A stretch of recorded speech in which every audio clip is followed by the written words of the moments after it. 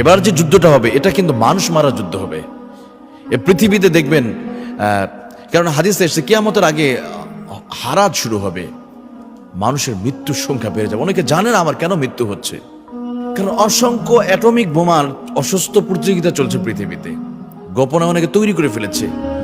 শুধু রাশিয়ার কাছে হাজার হাজার বোমা রয়েছে, আমেরিকার কাছে আছে, ভারতের কাছে, পাকিস্তানের কাছে, গোটা পৃথিবীর আর অন্যান্য দেশগুলো তৈরি করতেছে। এবার এগুলো কি করবে? ওরা কি পূজা করবে? এত টাকা ইনভেস্ট করছে, যেখানে কোটি কোটি টাকা ব্যয় করে যে বোমা তৈরি করছে, হ্যাঁ এমন যুদ্ধ শুরু হবে, এটা বোঝা যাচ্ছে সে সামনে যে যুদ্ধ, এটা হবে সেই ফুরাত নদীর সে স্বর্ণের পাহাড় নিয়ে যুদ্ধটা হতে পারে। এবং এটা যদি সংগঠিত হবে, মনে করবেন কিয়ামত দূরে নয়, অতি নিকটে।